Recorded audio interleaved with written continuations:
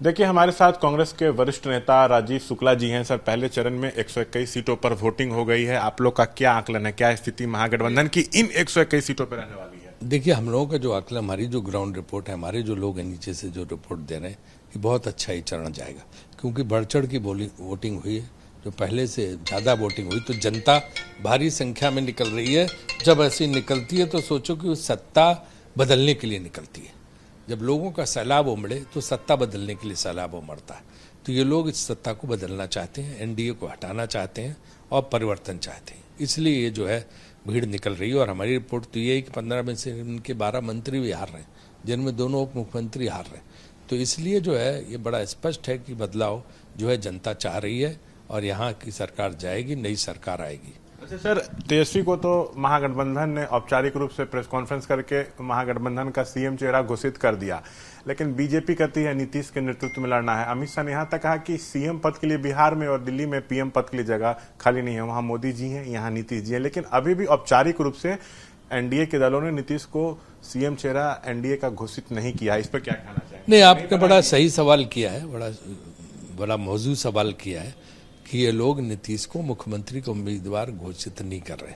इसका मतलब नीतीश को धोखा दिया जा रहा है। नीतीश के साथ वही दांव होने जा रहा है जो महाराष्ट्र में एकनाथ शिंदे के साथ हुआ कि उसको जो है गाजर लटका के रखी और दिया नहीं उसको, मेहनत वो करता घूमता रहा। वैसे नीतीश के साथ भी करने वाले, क्योंकि इससे और ये शक बढ़ जाता है कि जो गृहमंत्री जी ने कहा कि भाई विधायक तय करेंगे, अभी कुछ तय नहीं है, वही बात लल्लन जी ने दोहरा दी जो नीतीश के खाते से पैसा ला रहे हैं कि भाई तो गृहमंत्री जी ठीक कर रहे हैं, समय तय। इसका मतलब नीतीश को ये धोखा देने जा रहे हैं। ये बात एकदम स्पष्ट है और बिल्कुल क्लियर लग रही है कि नीतीश जी के साथ बहुत बड़ा धोखा होने वाला है, ये तय। जनता तो हटा ही रही है, ये लोग भी उनको अपनी लिस्ट से काट चुके हैं। अच्छा, अगर आपको ऐसा लग रहा है तो क्या आप नीतीश को ऑफर करते हैं कि चुनावी नतीजों के बाद अगर आना चाहें तो महागठबंधन में आए? देखिए, ये सब बातें राष्ट्रीय नेतृत्व उनको पे अभी हम क्या बोल सकते हैं। तो एक हाइपोथेटिकल काल्पनिक प्रश्न है। रिजल्ट के नतीजे आने दीजिए, उसके बाद हमें तो लगता है महागठबंधन का स्वयं जो है बहुत अच्छा बहुमत आएगा और उससे हम सरकार बनाएंगे। अच्छा, 243 सीट, आपका आकलन क्या है, कितनी सीटें महागठबंधन को आ सकती हैं? देखिए, हम दोस्ती तो है नहीं, लेकिन ये है कि हमारा बहुत ही जो है कंफर्टेबल मेजॉरिटी, एकदम जो है ऐसा बहुमत आएगा कि जिसमें हम बहुत आसानी से सरकार बनाएंगे।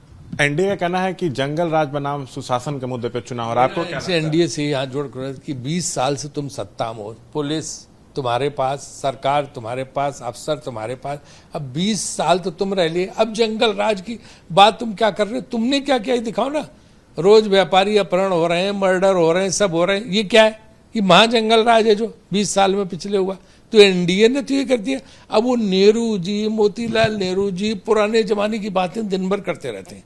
इनको इतिहास के अलावा सिर्फ इतिहास में चले जाते हैं और जनता को गुमराह करते हैं। एक आखिरी सवाल, राहुल गांधी लगातार वोट चोरी का मुद्दा उठा रहे हैं। कल बिहार में पहले चरण की वोटिंग समाप्त हुई, उसके बाद देखा जा रहा है कि कांग्रेस की कई वरिष्ठ नेत्री हैं या जो बड़े नेता हैं एक्स पर फोटो शेयर कर रहे हैं, चाहे बीजेपी के पूर्व सांसद राकेश सिन्हा हो या बीजेपी के अन्य नेता। दिखाया जा रहा है कि दिल्ली चुनाव में भी इन लोगों ने वोटिंग किया और बिहार में भी वोटिंग किया। सो दो वोटर आईडी कार्ड है। भाजपा वाले तो अब बच्चा मानता है कि चुनाव में धांधली करते हैं।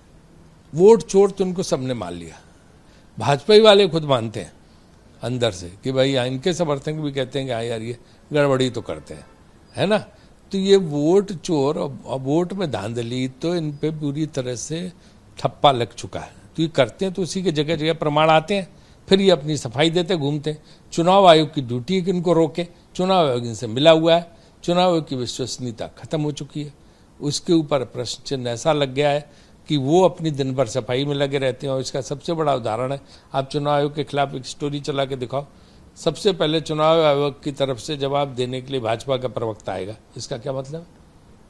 बहुत शुक्रिया। तो ये है तमाम मसलों पर बातचीत करते हुए पूर्व केंद्रीय मंत्री, कांग्रेस के राज्यसभा सांसद राजीव शुक्ला। कैमरा पर्सन निरंजन के साथ मैं शशांक कुमार, एबीपी न्यूज, पटना।